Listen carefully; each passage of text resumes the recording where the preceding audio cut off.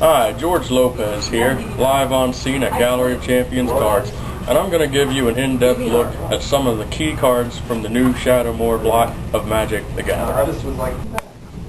Alright, first we have the Fulminator Mage from the Shadowmoor expansion of Magic the Gathering. As you can see, he costs black and red, as indicated by his pretty border here, but also these symbols mean that you have to play black and red for him, so that's 2, 4, 5 mana that he costs. For 5 mana, you're getting a 2/2 creature.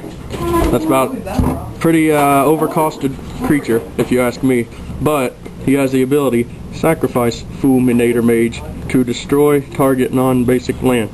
But this ability really doesn't do anything because there's no card that's a non-basic land in Magic the Gathering. You look at a land card and it doesn't say non-basic on it. There's really no non-basic land. This ability doesn't do anything. You can still sacrifice him to destroy nothing if you feel you have too many creatures or something, but really he doesn't do anything as it is. He's 5 mana for a 2/2 creature. At best, he'll attack your opponent for 10 and win. Otherwise, he'll block and die miserably. Alright, next we have Bear Blossom from the Shadowmoor expansion also. It is 1 and a skull, and you're getting an enchantment that is a fairy. And I don't know how that works. It's an enchantment, but it's also a creature. And it has lots of purples and blacks in the artwork. And here's a fairy, and I think that's also a fairy, and there's some trees here. But what this does is that at the beginning of your upkeep, that's your upkeep, you lose 1 life and put 1/1/1 black fairy rogue creature with flying into play on your side of the field. Now, what you're getting here, what you're basically doing is trading life for a creature, which is always a bad deal, because creatures so frequently die in this environment. They die to shock, to terror, to dark blast, to anything that you can think of.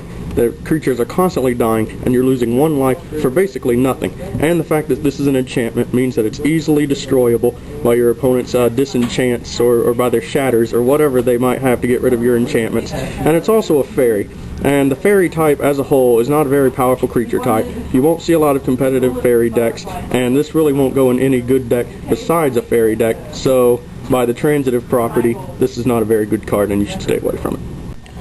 Alright, now we're going to look at the Raper King from the Shadowmoor expansion, and he costs he's a legendary artifact creature scarecrow, and he costs that, and he gives all your other scarecrows +1/+1, and also whenever you play a scarecrow, you can destroy target permanent. That means you get to destroy one of your creature's cards in their hand, or one of your opponent's creatures, whatever. And you're also getting a 6/6 body for it. Yeah, and his flavor text says it's harvest time, which is pretty catchy considering he's a raper. And his artwork's pretty cool. It looks like the boss in the Forest Temple of Twilight Princess. And also, so basically you're getting a 6/6 body with a strong Lord ability, which is always awesome. Lords are always awesome. And he is a rare from the Shadowmoor expansion, so he's not very good because he's an artifact, which means he's destroyable by lots of cards like Terror and Deathmark, but you should still look out for him in a competitive scene.